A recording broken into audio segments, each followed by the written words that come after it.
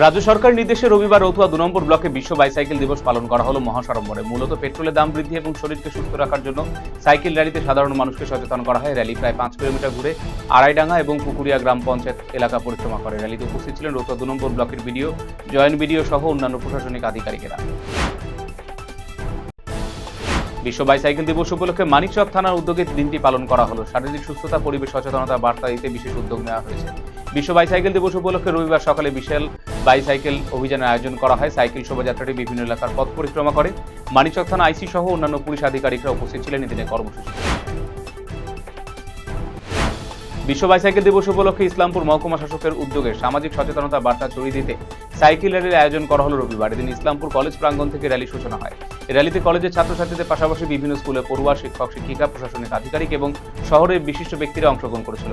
এই র্যালিটি ইসলামপুর শহরের বিভিন্ন গুরুত্বপূর্ণ রাস্তা পরিক্রমা করে মহকুমা শাসকের দপ্তরে এসে শেষ হয়।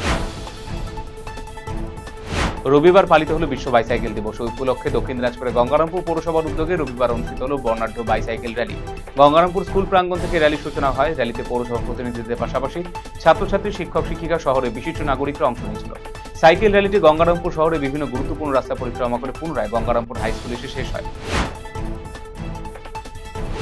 মালদা রতুয়া দেবীপুর হরিবাসর কমিটির উদ্যোগে আয়োজিত হয়েছে পদাবলী কীর্তন এবং নরনারায়ণ সেবা, যা এবারে ৮৪তম বর্ষে পদার্পণ করেছে। ৫ দিনের অনুষ্ঠানে অংশ নিয়েছে বিশিষ্ট কীর্তন শিল্পী পদ্ম পলাশ এবং অনুরাধা দেব গোস্বামী।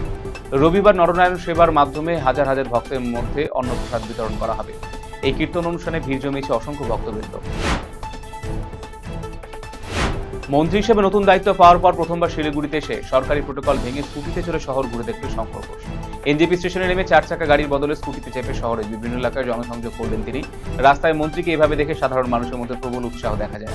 বিভিন্ন মোড়ে স্থানীয় বাসিন্দা এবং দলীয় কর্মী সমর্থকরা তাকে ফুলের তোড়া এবং উত্তরীয় পরে উষ্ণ অভ্যর্থনা জানায়।